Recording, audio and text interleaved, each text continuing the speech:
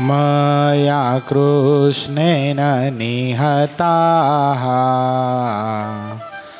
सार्जुनेन रणेषु ये प्रवर्तयिष्यन्त्यसुरा स्ते त्वधर्मं यदाक्षितो धर्मदेव तदा भक्ता अहं नारायणो मुनि जानीषे कौशले देशे भूमो हि समगो द्विज मुनिशापं नृतां प्राप्तां नृसिंस्तात तथोधवम् ततो वित्तसुरेभ्योऽहं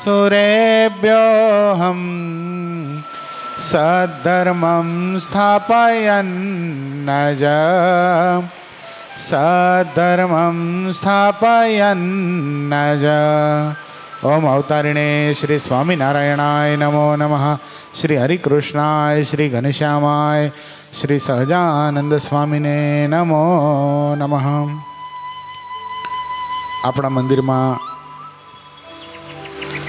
પ્રગટ બિરાજી આપણને સૌ કોને પોતાના દર્શનનું સુખ આપતા એવા આપણા સૌ કોઈના ઈષ્ટદેવ પ્રાણ પ્યારા મહાશ્રેયો મૂર્તિ સંકલ્પ સિદ્ધ શ્રી સ્વામિનારાયણ ભગવાન આપણા ઉપર જેમની અપાર કરુણા રહેલી છે એવા આપણા સૌ કોઈના ગુરુશ્રી પ્રાતસ્મરણીય પરમ વંદનીય મહામુક્તરાજ પરમ પૂજ્યપાદ સદગુરુ સ્વામી નિત્ય સ્વરૂપદાસજી સ્વામી, આપણા મંદિરના મહંત સ્વામી પૂજ્યપાદ હરિચરણદાસજી સ્વામી, આપણા મંદિરના કોઠારી પૂજ્ય પાર્ષદવરી હરેશ ભગત, પૂજ્ય પરમ સુખ સ્વામી, પૂજ્ય રામાનુજ સ્વામી, પૂજ્ય તરુણસાગર સ્વામી, પૂજ્ય ધર્મજીવન સ્વામી, પૂજ્ય વિદેહી ભગત આદિ તમામ સંતો પાર્ષદોના શ્રી ચરણોમાં માનસિક સાષ્ટાંગ દંડવત પ્રણામની સાથે વાલા વાલા બધા જ ભક્તોને હૃદયપૂર્વક જય સ્વામિનારાયણ। બહુ સરસ ગઈકાલે પરમાત્માના ચરિત્રની વાત આવતી હતી। ભગવાનના ચરિત્ર છે એ ભગવાનની મૂર્તિ છે। શું છે ધ્રુવીન ભગત? કદાચ મૂર્તિ યાદ ન આવે તો શું કરવાનું? ભગવાનના ચરિત્ર યાદ આવી જાય ને તો ભગવાનની મૂર્તિ યાદ આવી જાય। આવી વાત ભગવાન સ્વામિનારાયણે ક્યાંક કીધી છે। ખ્યાલ છે તમને ક્યાં કીધી? કેટલામું?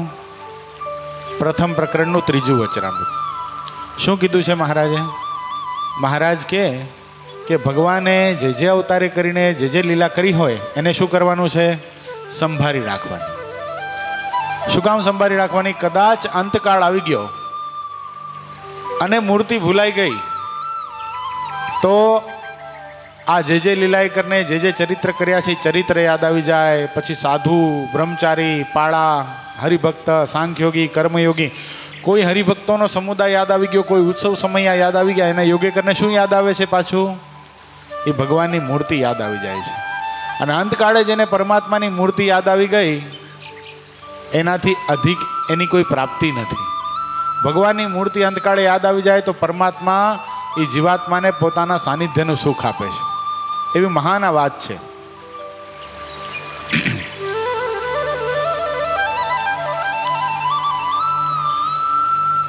एक एक पर हेत रखना अति भाव कर, बोलना न कुहेत कुहेत है अनल विष सम। कलयुग पाप ही रूप, करत प्रवेश जब मुक्त माही। तब सो होत विरूप, हरिजन के 100 दोष कहत। हरिजन संता दोष कहन लगे जब भनवंता। हरिजन संत कल्प वृक्ष माना, कल्पत जैसे आत देखन आना। हरिजन संत के जिय जेहा, शुद्ध कांच सम सबके तेहा। तामे ते कल्प कर ही जैसा, देखाई आवत सादृश तैसा। देखाई आवत सादृश तैसा। एकबीजा ઉપર ઘણા જ ભાવથી હેત રાખવું। કુહેત અભાવ અવગુણ આવે તેવું વચન ક્યારે બોલવું નહીં.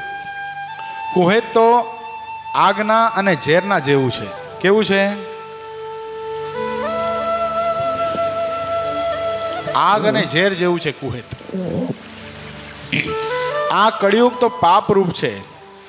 તે જો મુક્તમાં પણ પેસી જાય તો તેને પણ વિકૃત કરી દે છે. આ કળિયુગ કેવો છે? પાપ રૂપ છે. જો મુક્તમાં બેસી જાય તો પણ એને વિકૃત કરી નાખે છે. એ આમ જ વાગે છે, એ ભલે વાગતું, એને કાં લુખું લુખું લાગે. તમને મારો અવાજ સંભળાય છે બરાબર? બસ એને ધીમું કરી દઉં એવું હતું. કુહેત તો આગના ઝેર જેવું છે. આ કળિયુગ તો પાપરૂપ છે. તે જો મુક્તમાં પણ પેસી જાય તો તેને વિકૃત કરી દે છે, અને જો ભગવાનના ભક્તોમાં પણ દોષ કહેવા લાગે છે. હરિભક્તો અને સંતો તો કલ્પવૃક્ષ જેવા છે. જેવું ચિંતવો તેવું કલ્પે તેવું તરત જ થાય છે. એટલે જો હરિભક્ત અને સંતોને પરસ્પર એકબીજાનું મહાત્મ્ય ન સમજે અને દોષ જોવા લાગે તો તે બધા જ દોષ તરત જ દોષ જોનારામાં આવીને વસે છે. હરિભક્તો અને સંતોનો આત્મા તો શુદ્ધ દર્પણ જેવો છે. તેમાં કોઈ ઘાટ સંકલ્પ કરે તે તરત જ પોતામાં દેખાઈ આવે છે. સંતોમાં અને હરિભક્તોમાં જ્યારે પરસ્પર કુહેત કે અવગુણ ભાવ આવે છે ત્યારે તેના બધા જ સદગુણ હોય તે દોષરૂપ દેખાય છે. કુહેત છે એ કળીરૂપ છે. જ્યારે સ્વાર્થ ભંગ થાય ત્યારે તે વિકૃત અને વિરૂપ થઈ જાય છે. પરમાર્થ પણ ગુપ્તપણે સ્વાર્થ રહેતો હોય છે. જ્યારે કામ પડે, પ્રસંગ આવે ત્યારે તે દેખાય છે. ત્યાગીમાં પણ હું ત્યાગી છું એવા હુંપણાનો સ્વાર્થ પ્રત્યક્ષ જોઈ શકાય છે. હરિભક્તો અને સંતોમાં કોઈ દિવસ કુહેત થવા દેવું નહીં. કોઈ દિવસ ભક્તો પ્રત્યે કે ભગવાનના સંત પ્રત્યે ક્યારે પણ મનમાં સંકલ્પ થવો જોઈએ નહીં. બહુ સરસ એક પુરાણોની કથા છે. ભગવાન શંકર અને માતા પાર્વતી બંને જણા દંપતી એ આમ ફરતા ફરતા અગસ્ત્ય ઋષિ પાસે ગયા. કોની પાસે? મહાન ઋષિ છે અગસ્ત્ય ઋષિ. અગસ્ત્ય ઋષિ પાસે કથા સાંભળવા માટે ગયા. હવે આપણે કુહેતની વાત જોઈએ છીએ. માતા પાર્વતીને અગસ્ત્ય ઋષિ પ્રત્યે કુહેત હતું. શું હતું? એટલો બધો ભાવ નહોતો. એમના મનમાં શું હતું? પાર્વતી માતાનો આ પહેલો જન્મ છે. કેવો? 2 જન્મ થયા માતા પાર્વતીને, ખબર છે ને? આ પહેલા જન્મની અંદર માતા પાર્વતી અને શંકર ભગવાન અગસ્ત્ય ઋષિ પાસે જ્યારે કથા સાંભળવા માટે ગયા, પરમાત્માની સુંદર મજાની કથા અગસ્ત્ય ઋષિ ભગવાન ભોળાનાથને સંભળાવી રહ્યા છે. અને ભગવાન ભોળાનાથ પ્રેમથી કથાનું શ્રવણ પણ કરે છે, પણ માતા પાર્વતીને એના ઉપર ભાવ બેસતો નથી. એના મનમાં એમ થાય, હું તો દક્ષ પ્રજાપતિની દીકરી છું. દક્ષ પ્રજાપતિ એટલે 33 કરોડ દેવતાઓ પણ જેની પાસે સલાહ માંગવા માટે આવે એવા દક્ષ પ્રજાપતિની હું સંતાન. મારે આ કુંભજ થકી કથા સાંભળવાની હોય? કુંભજ શું કામ કીધું હશે ધીરુ દાદા? કુંભજ, કુંભજ કીધું કોને? અગસ્ત્ય ઋષિને. અગસ્ત્ય ઋષિ માટે કુંભજ શબ્દ શા માટે વાપર્યો?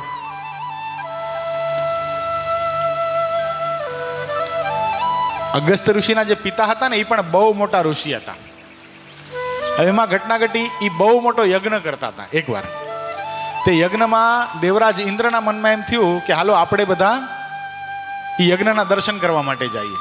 તો ઇન્દ્ર મહારાજા પોતાની અપ્સરાઓની સાથે એ યજ્ઞના દર્શન કરવા માટે ગયા. યજ્ઞના દર્શન કરવા માટે જ્યારે ઇન્દ્ર આ અગસ્ત્ય ઋષિના પિતાના યજ્ઞમાં આવ્યા તો એની સાથે અપ્સરાઓ બહુ સુંદર સુંદર અપ્સરાઓ હતી, જેનું રૂપ લાવણ્યતા અદ્ભુત હતી. સહેજે કોઈ પણ જોવે તો એનું મન આકર્ષિત થઈ જાય એવી અપ્સરાઓ હતી. હવે અગસ્ત્ય ઋષિના પિતા પણ તે વખતે યુવાન હતા અને એક અપ્સરાને જોઈ અને આ અગસ્ત્ય ઋષિના પિતાનું મન મોહને પામ્યું. સમજો હવે કોના થકી કેવો જન્મ પ્રાપ્ત થાય આપણને આ પ્રસંગથી ભગવાન સ્વામિનારાયણે સ્થાપેલા આ સંપ્રદાય અને આ સંપ્રદાયની અસ્મિતાની ખબર પડે છે. અગસ્ત્ય ઋષિના પિતાને આ અપ્સરાને જોઈને મનમાં વિકાર થયો એટલે તરત જ એનું રેટસ એટલે એનું વીર્યપાત થઈ ગયું. વીર્યપાત થઈ ગયું. સાથે રહેલા ઋષિઓના મનમાં એમ થઈ ગયું કે આ ઋષિ તો બહુ મહાન અને બહુ સમર્થ છે, નાનપણથી બાળ બ્રહ્મચારી છે, કોઈ દિવસ એને વીર્યપાત થયું નથી. આ વીર્ય એનું એળે જવા દેવાય નહીં. એટલે શું કર્યું? કુંભ એટલે ઘડો લીધો, માટીનો ઘડો લીધો, અને જે રેટસ હતું ને, રેટસ જે વીર્ય હતું અગસ્ત્ય ઋષિના પિતાનું, એ કુંભમાં લઈ લીધું. પછી કુંભને જમીનમાં દાટી દીધો. કુંભને જમીનમાં દાટી દીધો અને અગસ્ત્ય ઋષિના પિતાએ પોતાના યોગ ઐશ્વર્યથી વગર માતાએ અગસ્ત્ય ઋષિને જન્મ આપ્યો છે. એટલે કુંભ થકી જેનો જન્મ છે એને એટલે એનું નામ શું પડ્યું? કુંભજ.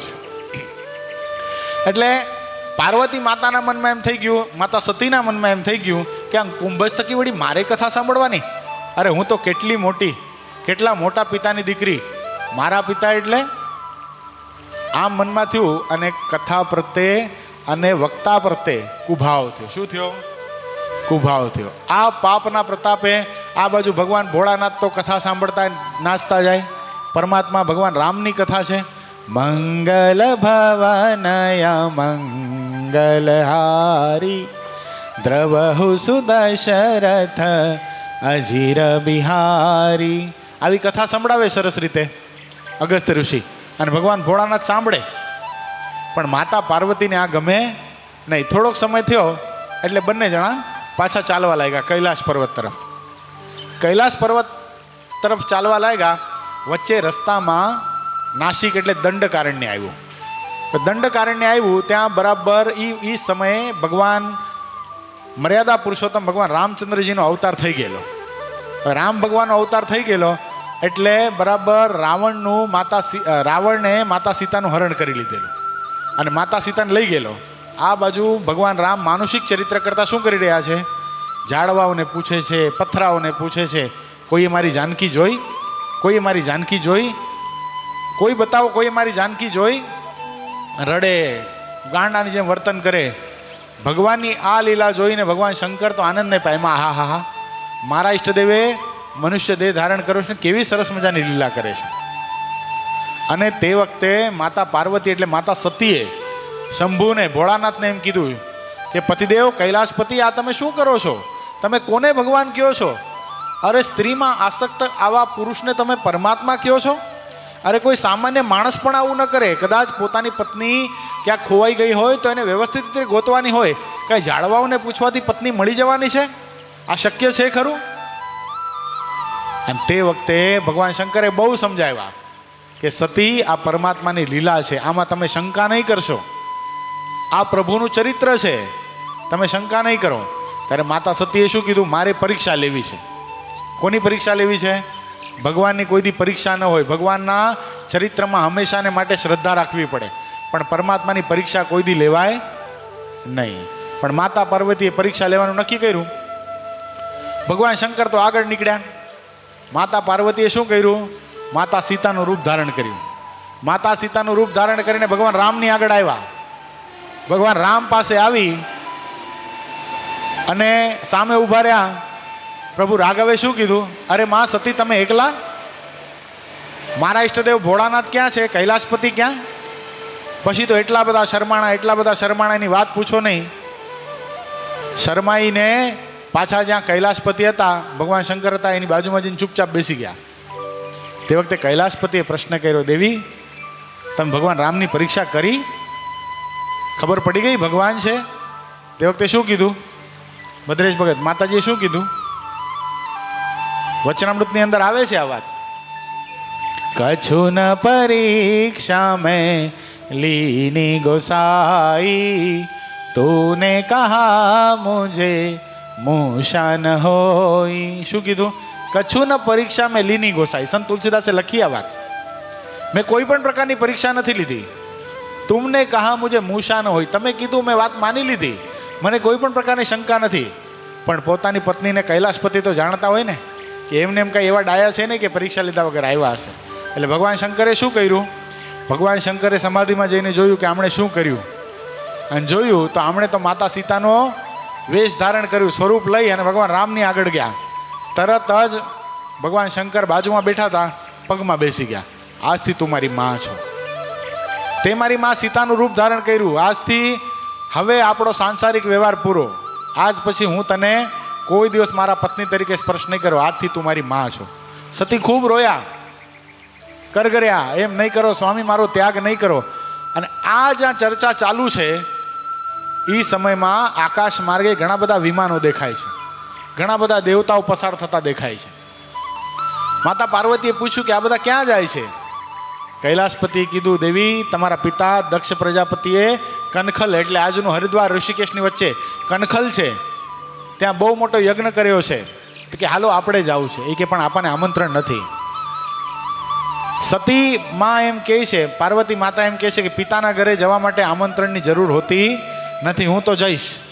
એ કે સતી એમ ન જવાય, પોતાની પતિની મરજી વગર તમે જશો કાંઈક અમંગળ જરૂર થશે, તમે નહીં જાઓ તોય પણ માયના નહીં. સતી પોતાના પિતાના ઘરે ગયા, ત્યાં જોયું તો બ્રહ્માજી માટે સરસ મજાનું સિંહાસન છે, વિષ્ણુ માટે સરસ મજાનું સિંહાસન છે, પણ શંકર ભગવાનનો ભાગ યજ્ઞમાંથી દક્ષ પ્રજાપતિએ કાઢી નાખ્યો છે, સ્થાન જ નથી રાખ્યું.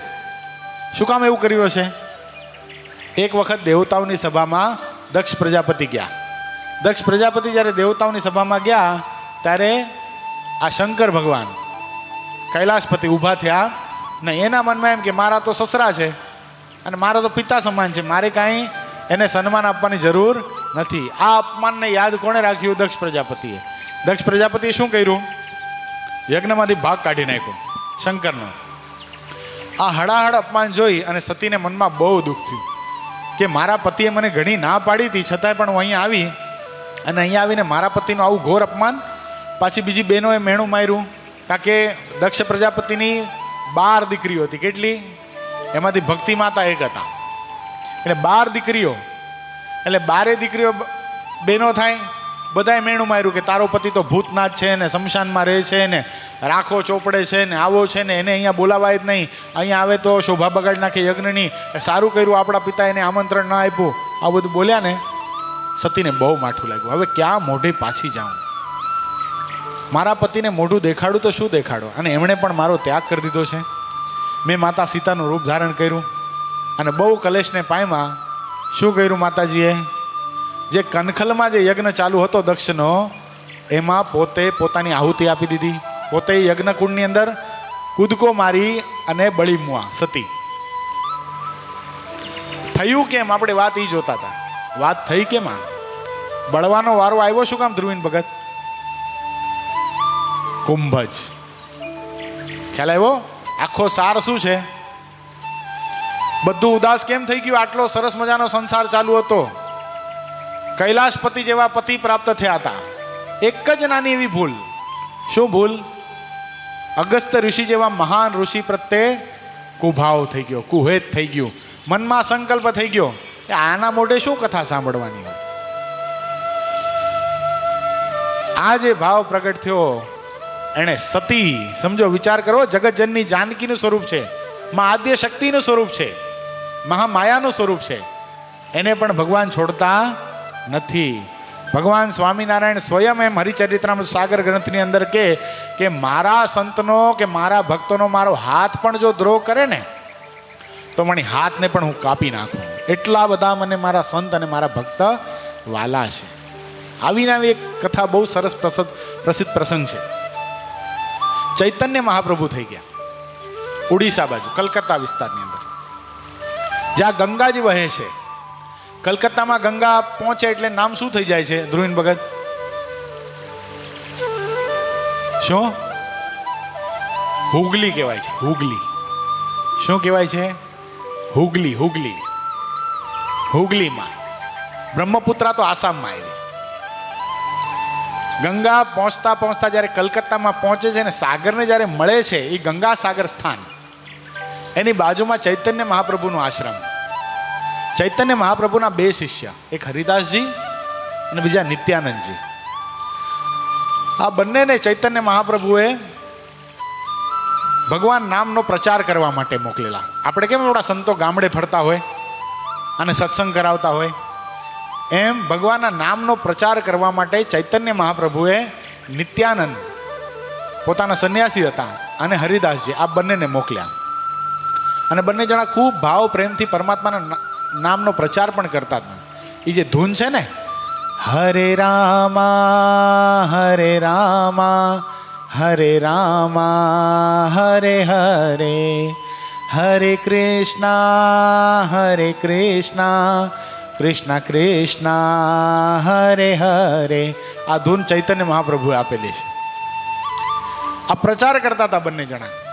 પ્રચાર કરતા કરતા કલકત્તાની ભર બજારમાં જ્યાં પહોંચ્યા તે વખતે કલકત્તા ઉપર રાજ્ય નવાબનું હતું, નિઝામનું હતું, મુસ્લિમ રાજા અને એના બે ભૂદેવ, બે સરસેનાપતિ હતા, જુડવા ભાઈઓ, જગાવી અને મેધાવી, બંને જુડવા ભાઈઓ સેનાપતિ.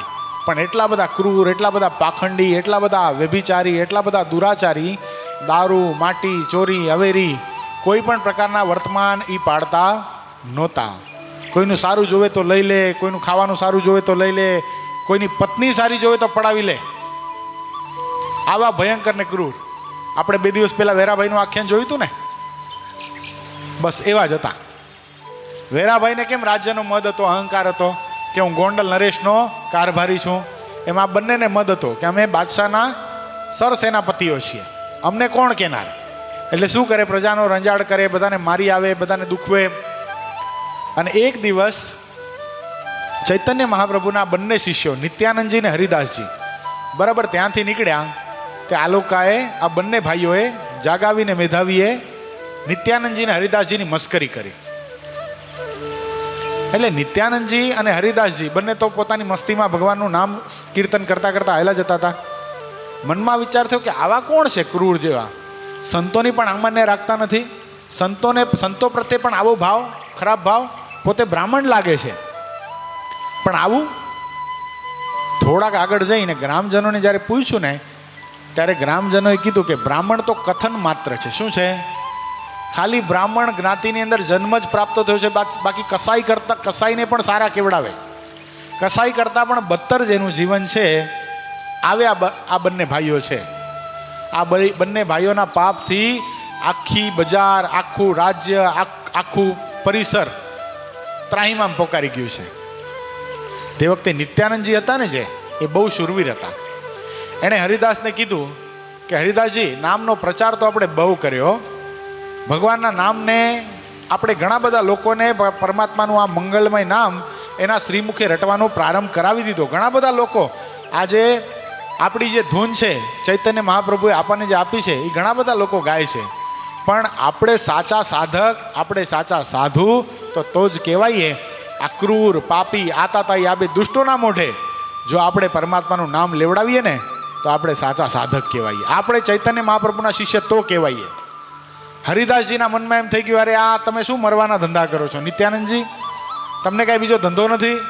અરે સત્સંગ કરાવવા માટે આખી દુનિયા પડી છે, પણ તમે આ બેને સત્સંગ કરાવવાનું રહેવા દો. આ બેને સત્સંગ કરાવતા કે આપણા પ્રાણ જતા રહેશે ને તો જેટલો સત્સંગ કરાવવાનો છે એ બધો બાકી રહી જશે, માટે આ બધું રહેવા દો. પણ નિત્યાનંદજી માન્યા નહીં. જ્યાં આ બંને બેઠા હતા નિત્યાનંદજી ત્યાં જઈને ધૂન કરવા લાગ્યા.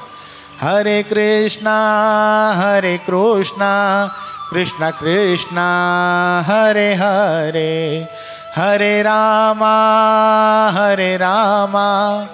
રામ રામ હરે હરે. બહુ પ્રેમથી ધૂન ગાઈ. પણ અસુરની સામે તમે ધૂન કરો એને ગમે? બિલકુલ ગમ્યું નહીં. પણ કેવું છે ખબર છે, આપણે 2 દિવસ પહેલા એ ચરિત્ર જોયું હતું કે જ્યારે વેરાભાઈના ત્રાસથી ઉપલેટાના ગ્રામજનો ત્રાસી ગયા હતા ત્યારે ક્યાં ગયા હતા એ લોકો?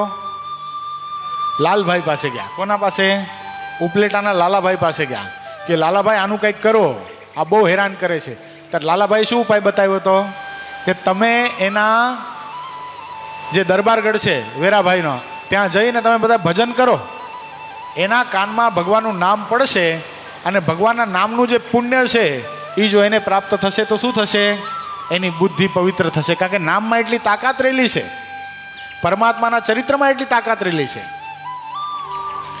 ધન્ય ધન્ય શુભમતી અતિ જેને હરિ કથામાં હેત, હરિચરિત્ર ચિંતાવતા ટાળે તાપ સંતાપ સમેત. શું કીધું નિષ્કુળાન સ્વામીએ? ધન્ય ધન્ય શુભમતી હતી જેને હરિકથામાં હેત.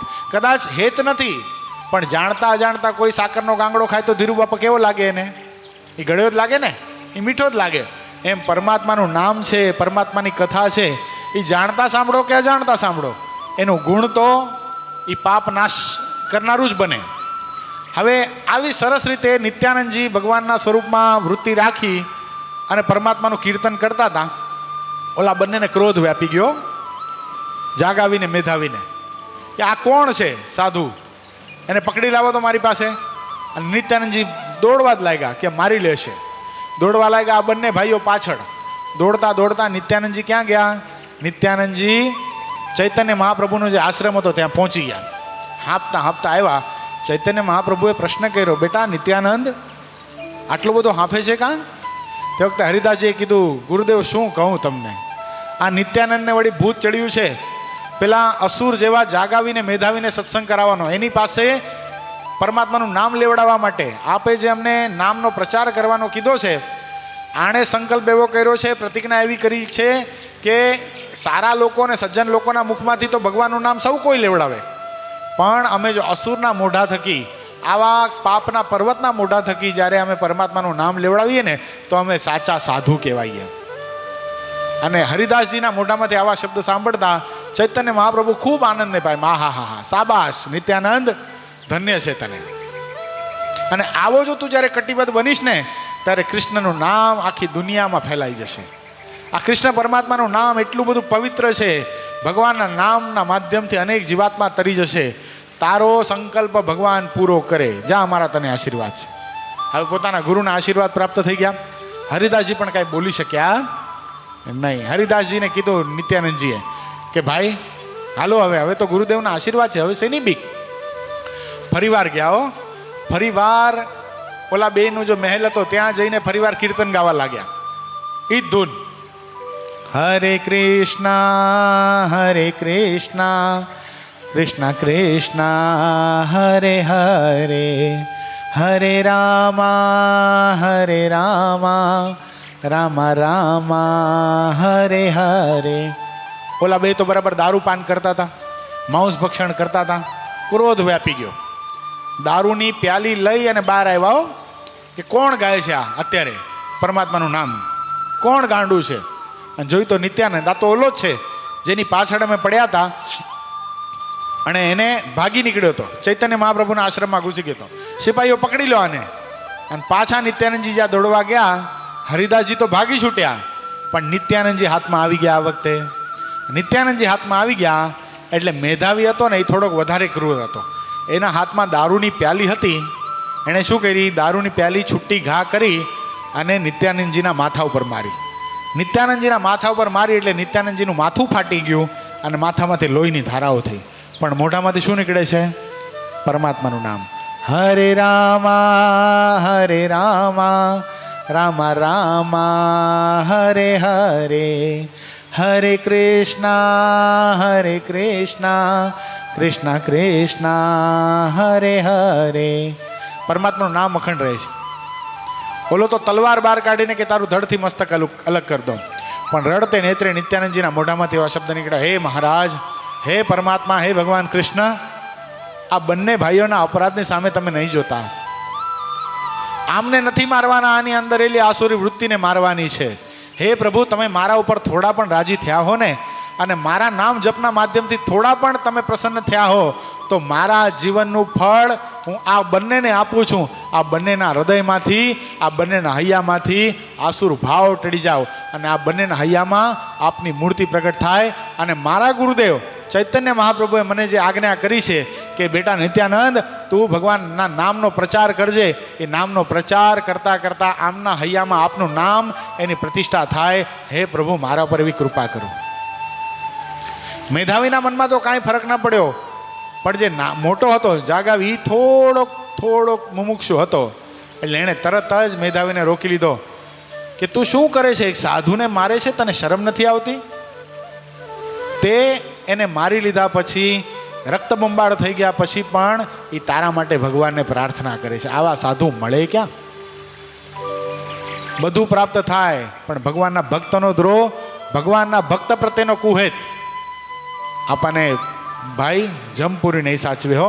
કદાચ આપણા કરેલા પાપો ભગવાન માફ કરશે, પણ ભગવાનના સંત પ્રત્યે કરેલો પાપ, એનો અપરાધ, એનામાંથી જિંદગીમાં છૂટવાનો આરો છે નહીં. એટલા માટે તો ભગવાન સ્વામિનારાયણે બહુ સરસ વાત વડતાલના 11મા વચનમાં બતાવી. શું? ભગવાનનો ભક્ત, બ્રાહ્મણ, ગરીબ અને સ્વયં ભગવાન, આ ચારનો દ્રોહ ક્યારે કરવો નહીં. આ ચારનો દ્રોહ કરે તો શું થઈ જાય? જીવનો નાશ થઈ જાય. એટલે પેલો ભાઈ સમજાવે છે. આ બાજુ હરિદાસજી દોડતા દોડતા ચૈતન્ય મહાપ્રભુના આશ્રમમાં આવી ગયા અને ચૈતન્ય મહાપ્રભુને જઈને સમાચાર આપ્યા કે પેલા મેધાવીએ પોતાના હાથમાં રહેલી દારૂની પ્યાલીનો પ્રહાર નિત્યાનંદજીના માથા ઉપર કર્યો છે અને નિત્યાનંદજીનું માથું ફાટી ગયું છે અને રક્તબંબાકાર થઈ ગયા છે. ચૈતન્ય મહાપ્રભુ આ સાંભળીને બહુ ક્રોધના આવેશમાં આવી ગયા. એલા ધિકાર છે આ બંને અસુરોને, આ કલ્યાણને લાયક જ નથી. અને તે વખતે ભગવાન કૃષ્ણનો પોતે ધ્યાન કરી અને ભગવાન કૃષ્ણનો આવિર્ભાવ ચૈતન્ય મહાપ્રભુના સ્વરૂપમાં થયો. પોતાના હાથમાં ભગવાનને યાદ કરતા સુદર્શન ચક્ર આવી ગયું કે અત્યારે આ લોકોનું ધડથી મસ્તક અલગ કરી નાખું. પણ તે વખતે તરત જ નિત્યાનંદજી ત્યાં પહોંચી ગયા. નિત્યાનંદજીએ પોતાના ગુરુ ચૈતન્ય મહાપ્રભુના પગ પકડી લીધા. એ ગુરુદેવ, આવું નહીં કરશો. ગુરુદેવ, આમને મારવાથી કાંઈ નહીં થાય, આમને નહીં મારશો, આમની અંદર રહેલી આસુરી વૃત્તિને મારી નાખો. જો તમારો અવતાર તો પ્રેમના પ્રાગટ્ય માટે છે, ભગવાન કૃષ્ણની સાથે આખી દુનિયા પ્રેમ કરી શકે એટલા માટે તમે અવતાર લીધો છે. અને તમે પ્રેમી થઈ અને જો સંહાર વૃત્તિ અપનાવશો તો કોની પાસેથી દુનિયા અપેક્ષા રાખશે? માટે કૃપા દ્રષ્ટિ કરો. અને નિત્યાનંદ છે ને, નિત્યાનંદ એટલો બધો વાલો હતો ચૈતન્ય મહાપ્રભુને. નિત્યાનંદ માટે ચૈતન્ય મહાપ્રભુ એમ કહેતા કે નિત્યાનંદ, તું તો મારો પ્રાણ છો. એટલા પ્રિય શિષ્ય હતા. નિત્યાનંદજીની આ દશા જોઈ અને ચૈતન્ય મહાપ્રભુએ મનમાં નક્કી કર્યું કે જાવા દો, એને માફ કરીએ. અને જ્યાં માફ કરીએ, ચૈતન્ય મહાપ્રભુના મોઢામાં એવા શબ્દ નીકળ્યા, બંને જાગાવીને મેધાવી એનું અંતર પરિવર્તન થઈ ગયું. બંનેના મનમાં એમ થઈ ગયું કે બસ કેટલા પાપ કર્યા, હવે અમારે શું કરવું છે? અમારે પણ ભગવાનનું ભજન કરવું છે. બંને જણા ચૈતન્ય મહાપ્રભુના પગમાં પડ્યા કે મને અમને માફ કરો, અમારા પાપો અમે પોકારવા લાગીએ, અમારા પાપ થકી અમારી રક્ષા કરો. ચૈતન્ય મહાપ્રભુ બંને ભક્તોને પોતાની સાથે સવારના પોરમાં ગંગાજીના કિનારે ઉપર લઈ ગયા. ગંગાજીના કિનારામાં છાતી સુધી પાણીમાં બંને ભક્તોની સાથે, બંને ભાઈઓની સાથે ચૈતન્ય મહાપ્રભુ સ્વયં ઊભા રહ્યા. અને ચૈતન્ય મહાપ્રભુએ કીધું કે બંને જણા હાથમાં જળ લ્યો, ગંગાજીનું જળ લ્યો અને તમારા પાપને પોકારો, અને પછી ગંગાજીનું જળ મારા ઉપર રેડો. અને ગંગાજીનું જળ પાપને પોકારીને જ્યારે ચૈતન્ય મહાપ્રભુના શરીર ઉપર રેડવામાં આવ્યું ને, ચૈતન્ય મહાપ્રભુનું શરીર એ શ્યામ થઈ ગયું. નકા ગૌર વર્ણના હતા ચૈતન્ય મહાપ્રભુ, ગોરા ગોરા રૂપાળા હતા, પણ કેવા થઈ ગયા? ગૌર થઈ ગયા. આ બંને ભાઈઓ બહુ રોયા કે હે પ્રભુ, તમે અમારા પાપ થકી આવા ગૌર વર્ણના થઈ ગયા, આમ ન હોય પ્રભુ, આપને આમ ન હોય. તે ચૈતન્ય મહાપ્રભુએ કીધું, ચિંતાનો ત્યાગ કરો, આ ગંગા મૈયા છે ને આપણા બધાને પાપ ટાળવા માટે જ છે. ચૈતન્ય મહાપ્રભુએ ગંગાજીમાં ડૂબકી લગાડી. ગંગાજીમાંથી ડૂબકી લગાડીને જ્યાં ચૈતન્ય મહાપ્રભુ બહાર આવ્યા ત્યાં પાછા કેવા થઈ ગયા?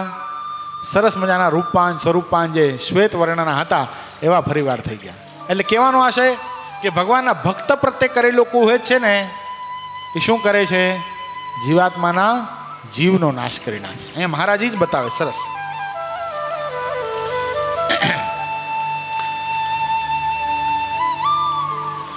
જ્યાં સુધી એકબીજા ઉપર હેત હોય છે ત્યાં સુધી તેનો અવગુણ આવતો નથી. હેત હશે ને ત્યાં સુધી એનો અવગુણ નહીં આવે. એ ગમે એવી એની ક્રિયા છે એ ગમશે, પણ જેની સાથે હેત નથી એની કરોડ રૂપિયાની વાત પણ મનાશે નહીં.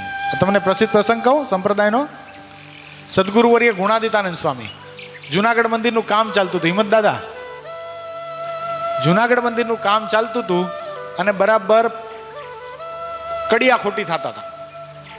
એમાં એક પાર્ષદને પાલક બાંધતા મસ્ત આવડે. પાલક એટલે અત્યારે આપણી બિલ્ડિંગની બહાર કામ કરીને કેમ બાંબુ બાંધેલા હોય, એને પાલક કહેવાય. તે પાલક બાંધતા બહુ સરસ આવડતું હતું એક પાર્ષદને, પણ એ સૂઈ ગયો હતો એ દિવસે. મારી તબિયત નથી બરાબર, હું આજે પાલક નહીં બાંધું. હવે એ સૂઈ ગયો. સદગુરુ ગુણાદિતાનંદ સ્વામી કોણ? જુનાગઢ મંદિરના મહંત. 700 ગામડા જેની નીચે, આટલા મોટા સાધુ, પોતે આ પાર્ષદ એટલે એના શિષ્ય હોય ને, એ પાર્ષદને પોતે જગાડવા ગયા. એને કીધું, બેટા ઊભો થા, કડિયા ખોટી થાય છે, પાલક બાંધે. એ કે નહીં હો, આજે તો નહીં જ બાંધું, આજે હું થાકી ગયો છું, હું નહીં કરું. ગુણાતીતાનંદ સ્વામી મૂંઝાણા કે હવે કરવું શું. પછી મનમાં વિચાર કર્યો આને હેત કોની સાથે છે, તો વિચાર્યું તો ખબર પડી કે પોતાના સગા નાના ભાઈ શિવાનંદ સ્વામી, ગુણાતીતાનંદ સ્વામીના સગા નાના ભાઈ પણ સાધુ હતા, જેનું નામ હતું શિવાનંદ સ્વામી. આને તો શિવાનંદની સાથે હેત છે. તે શિવાનંદને પોતાની પાસે બોલાવ્યા. તે શિવાનંદ દોડતા દોડતા સ્વામી પાસે આવ્યા અને કે ગુરુદેવ શું આજ્ઞા. એ કે જોને ઓલો પાર્ષદ છે એ સૂતો છે, આજે પાલક બાંધી દેતો નથી, કડિયા ખોટી થાય છે. અરે ગુરુદેવ એટલી જ વાત છે ને, હમણાં બાંધે. અને શિવાનંદ સ્વામી ગયા. શું કર્યું ભદ્રેશ ભગત? શું કર્યું ધ્રુવીન ભગત? લાત મારને જગાડી. આપણો બેસ્ટ ફ્રેન્ડ સૂતો ને ઉઠતો ન હોય તો શું કરીએ આપણે? એ ખડાઓ, સમજ में नहीं आता आरती में जाने का है कि પ્રેમથી જગાડી, બેટા ઉઠ. તો એ શું કરે? બેટા ઉઠ કહીએ તો ગોદડું ઉઠીને સૂઈ જાય. આટલા પ્રેમથી કોઈ જગાડે તો જગાડવો કેમ પડે? પાટું મારને. એટલે શરમ નથી આવતી? જુનાગઢ મંદિરના મહંત ગુણાતીતાનંદ સ્વામી તારાને મારા ગુરુ તને બોલાવવા માટે આવ્યા ને તું સુવે છે? ઊભો થા, હાલાલ ઊભો થા, પાલક બાંધે. અને ઓલો ઊભો થઈ ગયો, બોલો હાલાલ લંગોટા બાંધ દઉં. શું ખાસ ભાઈબંધ હતા બે, તે પાલક બાંધી દીધું. અહીંયા મહારાજી જ વાત બતાવે કે જ્યાં સુધી હેત હોય ત્યાં સુધી અવગુણ આવે, પણ હેત તૂટે પછી ગુણો એમાં પણ અવગુણ દેખાય. એ તો આવો જ છે. શું અવગુણ આવ્યો કોને કહેવાય? પહેલા તો પુષ્પેન્દ્ર ભગત મહારાજે આ વાત વચનામૃતમાં બતાવી. કોને અવગુણ આવેલો કહેવાય? બહુ સરસ પ્રશ્ન છે. સદગુરુ વર્ય મુક્તાનંદ સ્વામીનો પ્રશ્ન છે. નહીં, મુક્તાનંદ સ્વામીને મહારાજે પ્રશ્ન કરેલો છે કે સ્વામી અમે તમને એક પ્રશ્ન કરીએ છીએ કે કોકનો અવગુણ કદાચ હૈયામાં આવ્યો હોય તો પહેલાં એમાં જેટલા દોષ સૂઝતા હોય એટલા સૂજે કે વધારે સૂજે? શું લાગે છે? એટલા જ સૂજે કે વધારે સૂજે? વધારે. કેટલા જણા વધારે કહે છે? અને એટલા સૂજે કેટલા કહે છે? મુક્તાનંદ સ્વામી એટલા સૂજે એમ કીધું, જેટલા છે એટલા જ સૂજે. ત્યારે મહારાજ કે સ્વામી એમાં તમારી દ્રષ્ટિ પડી નહીં, એટલા જ જો દોષ સૂજે તો અવગુણ આવ્યો કેમ કહેવાય? તો અવગુણ એટલે શું? અવગુણ એટલે શું ધ્રુવીન ભગત? જે દોષ જેનામાં નથી એની કલ્પના આપણે જે કરીએ એને કહેવાય અવગુણ. સમજાણું? દાખલા તરીકે કોઈ ભક્ત છે, હવે એ મંદિરે આવે છે પણ એ બહારનું જમે છે, તો એ બહારનું જમે છે એટલો જ એનો અવગુણ છે. સમજો, એટલો જ એમાં દોષ છે. એનાથી વધારે કહેવાય? એનાથી વધારે કીધું એ શું થઈ ગયું દીપ ભગત? એનાથી વધારે જે કીધું અવગુણ થઈ ગયું. દાખલા તરીકે આપણે કહીએ કે ફલાણો ભગત બહારનું જમે છે, તો બહારનું જમતો હશે તો કદાચ એની ગર્લફ્રેન્ડ પણ હશે. આવી જે કલ્પના કરવી એ શું છે? એ અવગુણ છે. અને આનો ભયંકર દોષ લાગે છે. એવું કોઈના પ્રત્યે કલ્પના કરીએ તો એ જે દોષ હતો એનામાં હતો, એ હતો કે નહોતો એ ખબર નથી, પણ આનામાં ચોક્કસ આવી જાય. ખ્યાલ આવ્યો? કોકના માટે કરેલી કલ્પના કોઈ દિવસ ખાલી જતી નથી. કોઈના માટે કુકલ્પના કરેલી એ આપણા જીવનમાં ઝાડ બનીને ઉગે ઉગે ને ઉગે, 100% ઉગે.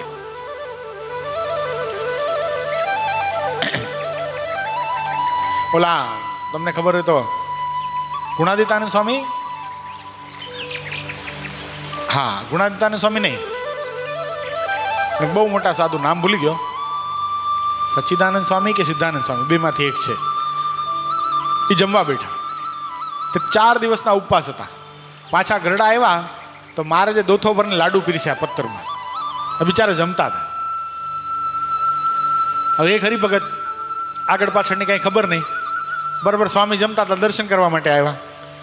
સ્વામી કે ઓલા ભગત કે સાધુ થઈને આવી રીતે લાડવા દાબો છો, કેવી રીતે પાર ઉતરશો?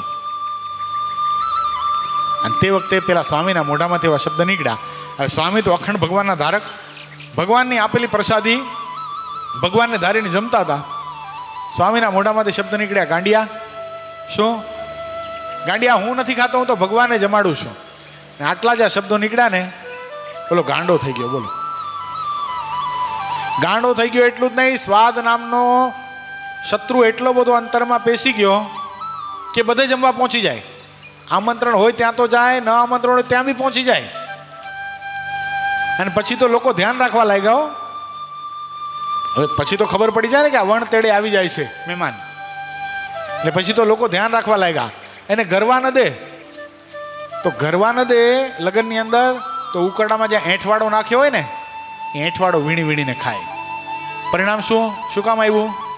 ભગવાનના સંત પ્રત્યે આવેલો અવગુણ. ભગવાનના સંત પ્રત્યે આવેલો અવગુણ, ભગવાનના ભક્ત પ્રત્યે આવેલો અવગુણ એ કોઈ દિવસ એમનેમ જતો નથી. એ બીજ છે, એ કોઈ ને કોઈ દિવસ વટવૃક્ષ થાય.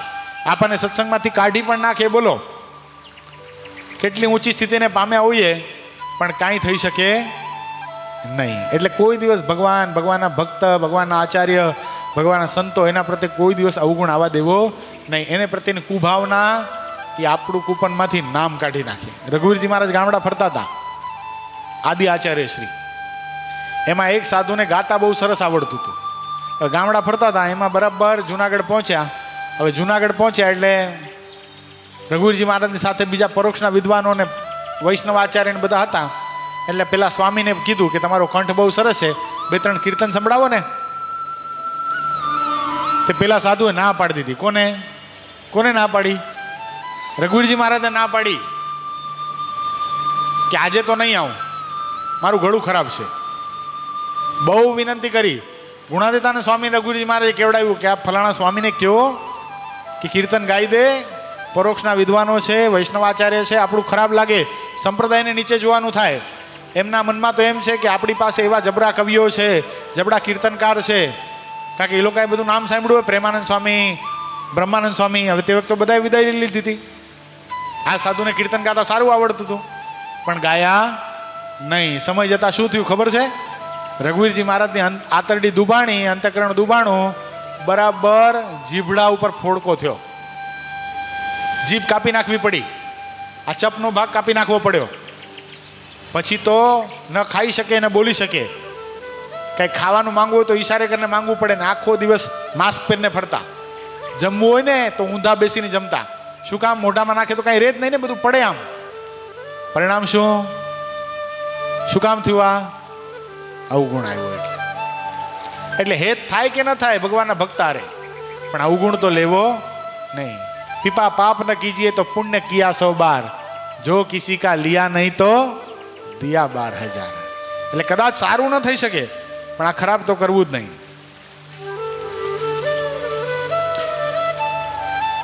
પણ જો તેમાં કળિયુગ પેસી જાય તો બધા હેતને ખારું કરી નાખે છે, બગાડી દે છે.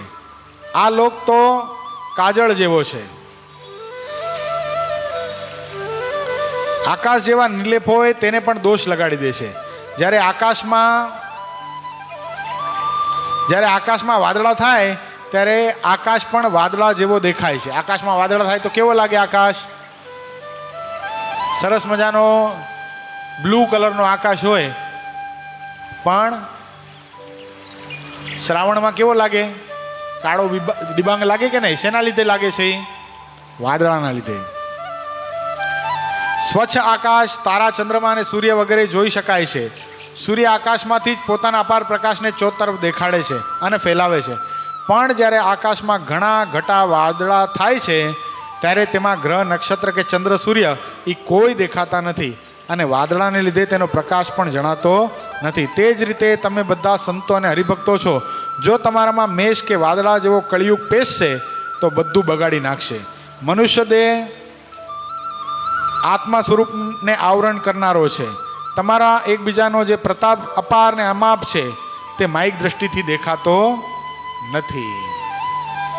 આ બધું સારું જ છે, પણ વાદળા રૂપી દોષ જ્યારે અંતરમાં આવે છે ત્યારે એ સ્વચ્છતા દેખાતી નથી. ભગવાનને, ભગવાનના ભક્તોનું સ્વચ્છ ચરિત્ર દેખાતું નથી. એલું વચનામૃત પૂછતા ભૂલી ગયો. કેટલા વચનામૃત છે? અવગુણ વાળું મધ્ય પ્રકરણનું 44મું છે. કેટલામું? 44. યાદ રહેશે હવે? એટલે મનુષ્ય દેહ છે એ આત્માના સ્વરૂપને આવરણ કરનારો છે. આપણે બધા કોણ છીએ? મુક્ત આત્મા છીએ. પણ આ મનુષ્ય દેહ કરીને સ્વભાવ છે ને બધાના, પ્રાઇવેટ પોતપોતાના, એ સ્વભાવે કરીને શું થઈ જાય છે? આવરણ થઈ જાય છે, જેથી કરીને સુખ આવતું નથી. એ શબ્દોની સાથે અત્યારે કથાનો સમય પૂરો. સહજાનંદ સ્વામી મહારાજની જય. શ્રીપતિમ શ્રીધરમ સર્વદેવીશ્વરમ ભક્તિધર્માત્મજમ વાસુદેવમ હરે માધવમ કેશવમ કામદમ કારણમ સ્વામિનારાયણમ નીલકંઠમ ભજે. સહજાનંદ સ્વામી મહારાજની જય. સ્વામિનારાયણ સંપ્રદાયમાં સૌ પ્રથમવાર પહેલી વાર આ રવિવારે એટલે આવતા રવિવારે બટેટાવડાનો અન્નકોટ છે. શું છે? મહારાજની આગળ બટેટાવડાનો અન્નકોટ પૂરા છે અને પછી રવિ સભા પછી બધા ભક્તોને વડાપાવનો પ્રસાદ મળવાનો છે. એટલે ખાસ બધા ભક્તો આ રવિવારે લાભ લેજો હો. કારણ કે ધનુર્માસ છે ને, આ ધનુર્માસમાં શું હોય એમાં દાદા? ભગવાન નાના થઈને સ્કૂલે જાય, સવારના સ્કૂલે જાય, પછી રવિવાર શનિવાર શું કરે? રવિવાર શનિવાર ફરવા જાય, પિકનિક. તે ભગવાનને પિકનિક ઉપર લઈ જવાના છે. તો પિકનિક ઉપર શું બનાવી દેવું પડે? ભગવાનને કંઈક સરસ ખાવાનું બનાવી દેવું પડે ને. તો બધા સ્ત્રી ભક્તો સરસ રીતે બટેટા વડા બનાવીને લાવવાના છે. 25 બહેનો 30 વડા લઈ આવવાના છે. કેટલા હિમા દાદા? એટલે 750 વડા થશે. એ ભગવાનની આગળ પેલા ધરાવશું અને પછી શું કરશું? પાવ મંગાવ્યા છે, વડાપાવ ને ચટણી, એનો પ્રસાદ છે. એટલે રવિવારે બધા ભક્તો ખાસ લાભ લેજો. કથા અને પ્રસાદ આ બે વસ્તુ સ્વામિનારાયણ સંપ્રદાયમાં ચાલુ જ હોય. ખાલી એમને એમ પ્રસાદ ના હોય. હોય ધીરુ દાદા? એમને એમ પ્રસાદમાં મજા ના આવે. ખાલી પ્રસાદ લઈને બધા છૂટા, એમાં શું મજા? પણ પરમાત્માના ચરિત્ર એટલા મધુર હોય, એવી મજા આવે કે ભગવાનની મૂર્તિમાં હેત થઈ જાય. કોક કથામાં આવીને બેસે, એના હૈયામાં પરમાત્માની મૂર્તિ જો થોડીક વાર પણ પ્રકાશિત થઈ જાય તો જીવાત્માને બહુ મોટા ફળની પ્રાપ્તિ થાય. એટલે આવા મોટા ભગવાન મળ્યા. આ હરિકૃષ્ણ મહારાજ આપણને પ્રાપ્ત થયા છે.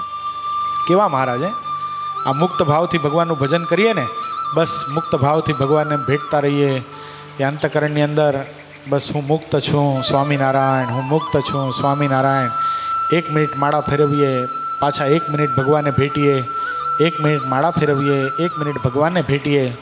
એ ભગવાનના અંગો અંગની અંદર રહેલા તિલચિહ્ન, અંગો અંગની રહેલા સરસ મજાના રોમના ચિહ્નો, ભગવાનની માધુરી મૂર્તિ, અતિશય નમણી નાસિકા, સરસ મજાની જીવા, સરસ મજાના લાલ હોષ્ટ, ભગવાનની જલેબીના ગૂંચળા જેવા મહારાજના કાન, ચડતું ઉપડતું એવું જે મહારાજનું લલાટ, એમાં સરસ મજાની તિલક આકારની રેખા, એ મહાશ્રેય મૂર્તિ હરિકૃષ્ણ મહારાજને હું ભેટું છું. એ ભેટતા ભેટતા મારા શરીરના તમામ અંગો મહારાજના શરીરને અડે છે અને મહારાજનું શ્રી વિગ્રહ એટલે મહારાજનું પવિત્ર શરીર, એનો સ્પર્શ મારા શરીરને થાય છે. મહારાજની છાતી સાથે મારી છાતી અડે છે, મહારાજના હાથને મારા હાથ અડે છે, મહારાજની પીઠ ઉપર હું હાથ ફેરવું છું, એક એક તિલને એક એક ચિહ્નને નિહાળતો જાઉં છું. બસ આવી રીતે ખૂબ પ્રેમ ભાવથી મહારાજને મળતા રહીએ. આવું જો ભજન થાય ને તો બહુ આનંદ થાય. કરવાનું આ છે. આ 1 મિનિટનું ધ્યાન છે ને, આ કરવાનું છે. શું કરવાનું છે? આવી રીતે કરવાનું છે. આવી રીતે ખૂબ ભક્તિમય. આ ધનુર્માસ આવ્યો છે તો આપણે શું કરવાનું છે? શું કરવાનું પુષ્પેન્દ્ર ભગત? મજા નહીં, ભક્તિ કરવાની. શું મજા કરવાની? પણ શેની મજા લેવાની છે? ભગવાનની મૂર્તિની મજા લેવાની છે. મૂર્તિમાં મસ્ત બની જઈએ એવો આ ધનુમાસ આપણો જાય એવી ભગવાનના ચરણો